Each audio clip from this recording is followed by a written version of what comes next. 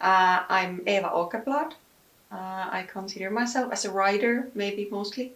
I write both poetry and prose. First to my mind come some novelists. I like a lot work by Deborah Levy, and one recent favorite of mine was a Finnish novel called Marraselie by Anna-Kari Hakkarainen. Some other favorites are Poetic of Space by Gaston Bachelard. That's one classic I always come back to. I love to talk about the creative process and hear about the processes of others, but still I feel like what's really happening is a bit different from how I always talk about it.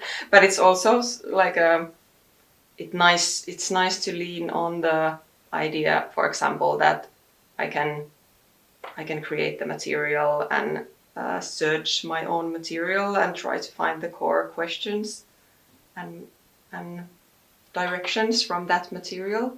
But it's always a lot more messy in real life, of course. Yeah, but I think I'm quite image driven. Like it's more difficult for me to think about like a plot than it is to think about images and spaces and how it feels to be in that space, or how the language feels, or things like that.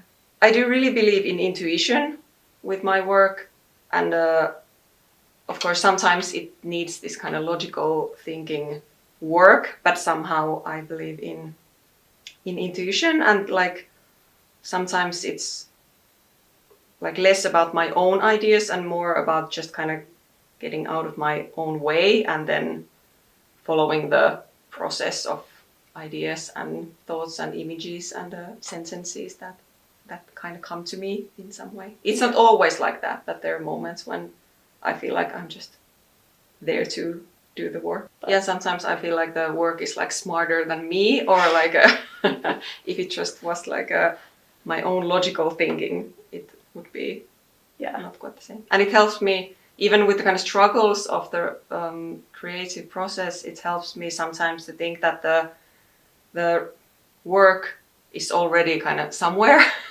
It's ready somewhere, and I just kind of have to find my way to it, and there are many different paths towards the end result.